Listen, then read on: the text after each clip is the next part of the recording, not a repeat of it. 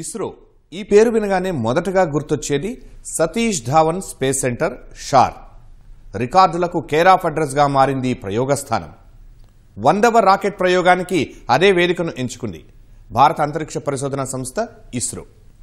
వరుస ప్రయోగాలతో విజయ పరంపర కొనసాగిస్తున్న షార్ ఇస్రో విజయాల్లో ఎంతో ప్రత్యేకం. ఎందుకంటే మన ప్రయోగాలన్నింటికీ దాదాపు ఇదే వేదిక. మొదట్లో రాకెట్ ప్రయోగాల కోసం విదేశాలపై ఆధారపడిన ఇస్రో షార్ ఏర్పాటు తర్వాత అన్ని రకాల ప్రయోగాలు అక్కడే చేపడుతోంది. చంద్రయాన్ 1, చంద్రయాన్ 2, చంద్రయాన్ 3, ఆదిత్య L1, స్పేడెక్స్ సహా భవిష్యత్తులో చేపట్టే చంద్రయాన్ 4, గగన్యాన్, మంగళయాన్ వంటి ప్రయోగాలకు షార్నే వేదిక కానుంది. 100వ ప్రయోగము ప్రత్యేకమైందే. నావిక్ అనే స్వదేశీ నావిగేషన్ ఉపగ్రహ వ్యవస్థ ద్వారా ఖచ్చితమైన నావిగేషన్ సమాచారం తెలుసుకోవచ్చు. ఈ ఘన చరిత్రల సతీష్ ధావన్ స్పేస్ సెంటర్ గురించి సవివరంగా తెలిపే కథనమే ఇది.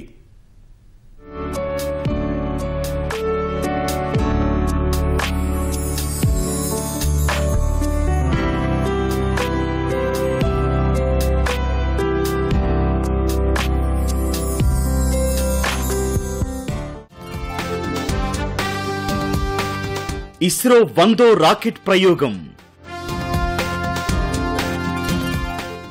100వ ప్రయాణానికి వేదికైన షార్.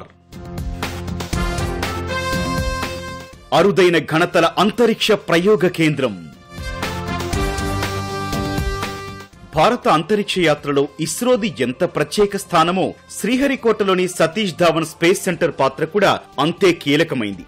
కారణం, ఇస్రో చేపట్టే ప్రతి ప్రయోగం దాదాపు ఎక్కడి నుంచే ఉంటుంది.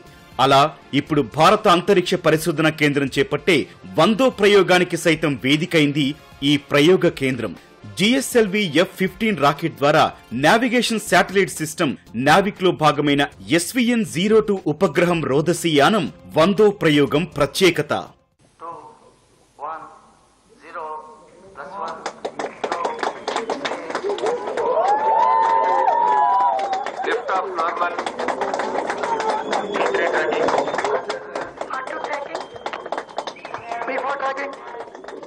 నావిక్ అనేది స్వదేశీ ప్రాంతీయ నావిగేషన్ ఉపగ్రహ వ్యవస్థ.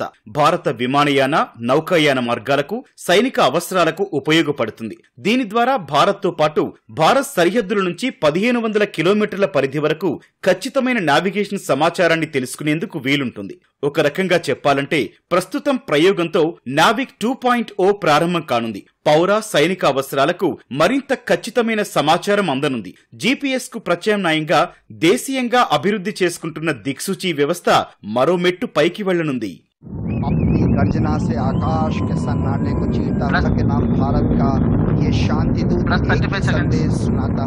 ప్రస్తుతానికి భారతదేశంలోని ఏకైక ఉపగ్రహ ప్రయోగ కేంద్రం షార్.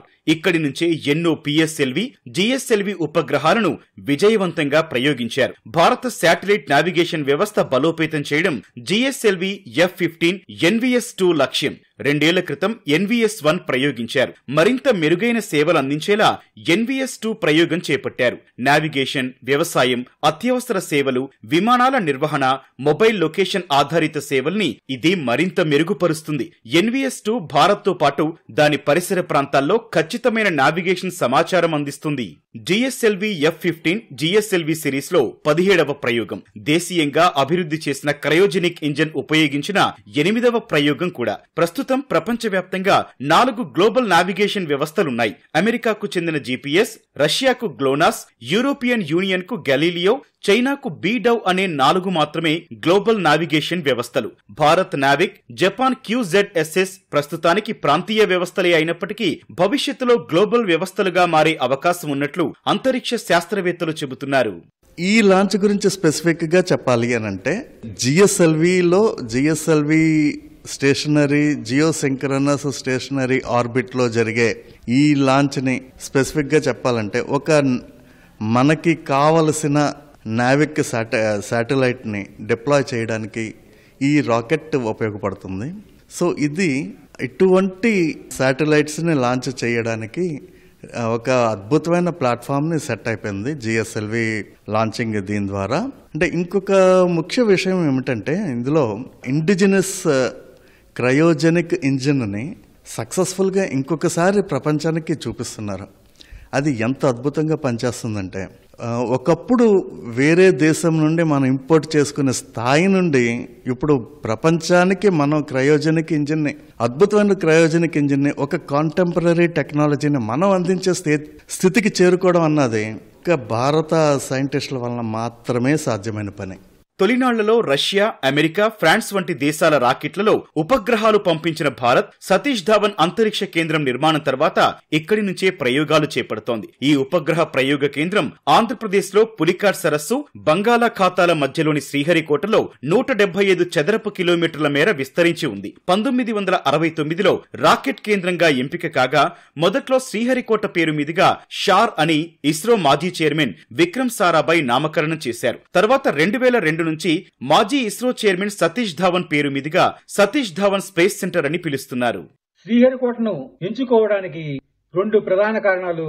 ఒకటి, ఈ ప్రదేశం ఈస్ట్ కోస్ట్ లో ఉన్న ద్వీపం, చుట్టూ దాదాపు 20 కిలోమీటర్ల మేర మనుషులు నివసించలేని ప్రదేశం. రాకెట్ ప్రయోగంలో ఏదైనా అవంతరాలు కలిగి ప్రయోగ వేదిక దగ్గరలో పేలినప్పుడు దాని ప్రభావం 15 నుంచి 20 కిలోమీటర్ల వరకు ఉంటుంది.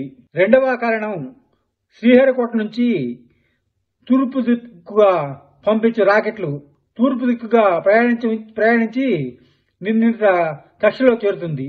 అది ప్రయాణించే మార్గంలో ఎటువంటి మనుషులు గాని జీవరాశి గాని ఉండటానికి వీలు లేకుండా సముద్రం గాని ఎడారి ప్రాంతం గాని లేదా మనుషులు లేనటువంటి ప్రదేశాన్ని గాని నిర్ణయించుకుంటారు.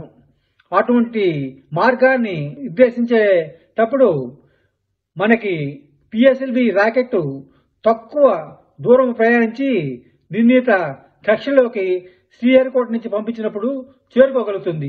భూమధ్య రేఖకు దగ్గరగా ఉండటంతో ఇస్రో ఈ స్థలం ఎంచుకోవడానికి ఒక కారణం. రాకెట్ ప్రయోగ కేంద్రం భూమధ్య రేఖకు ఎంత దగ్గరగా ఉంటే భూమి ఆకర్షణ శక్తిని అంతగా అధిగమించి పైకి వెళ్లేందుకు రాకెట్ కు అంత తక్కువ ఇంధనం ఖర్చవుతుంది. శ్రీహరికోట 13 డిగ్రీల 43 సెకండ్ల అక్షాంశం మీద ఉంది. భౌగోళికంగా, సాంకేతికంగా ప్రపంచంలోనే ప్రథమ స్థానంలో ఉన్న ఫ్రెంచ్ గయానాలోని కౌరు రాకెట్ ప్రయోగ కేంద్రం 7 డిగ్రీల అక్షాంశంపై ఉండగా శ్రీహరికోట కేంద్రం భూమధ్య రేఖకు అత్యంత దగ్గరగా ఉన్న కేంద్రాల్లో ప్రపంచంలో 2వ స్థానంలో ఉందని అంతరిక్ష నిపుణులు చెబుతున్నారు.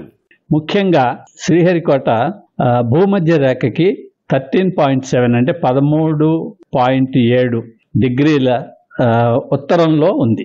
ఆ లాటిట్యూడ్ లో ఉన్నందువల్ల ఉపయోగం ఏంటంటే మనం GTO అంటే జియో స్టేషనరీ ట్రాన్స్ఫర్ ఆర్బిట్ కి కమ్యూనికేషన్ శాటిలైట్ లాంచ్ చేసినప్పుడు ఇంక్లినేషన్ చాలా తక్కువ వస్తుంది. ఇది చాలా ముఖ్యమైన ఉపయోగం. ప్రపంచంలో ఈ విషయంలో అగ్రగామిగా ఉన్నది దక్షిణ అమెరికాలో ఉన్న ఫ్రెంచ్ గయానా. అది భూమధ్య రేఖకి 5 డిగ్రీల నార్త్ లో ఉంది. దాని తర్వాత ముఖ్యమైన లాంచ్ సెంటర్ శ్రీహరికోట. కాబట్టి శ్రీహరికోట ప్రపంచంలో 2వ ప్రసిద్ధమైన లాంచ్ సెంటర్ కింద మనం గుర్తించవచ్చు. ఈ శ్రీహరికోటని ఆంధ్రప్రదేశ్ ప్రభుత్వం ISROకి ఇవ్వడానికి ముఖ్య కారణం అక్కడ 45,000 ఎకరాల అడవి, జనసాంద్రత చాలా తక్కువగా ఉంది. అది బంగాళాఖాతానికి ఆనుకుని ఉంది. దీని మూలంగా ప్రజలకి ఏ విధమైన ఇబ్బంది ఉండదు.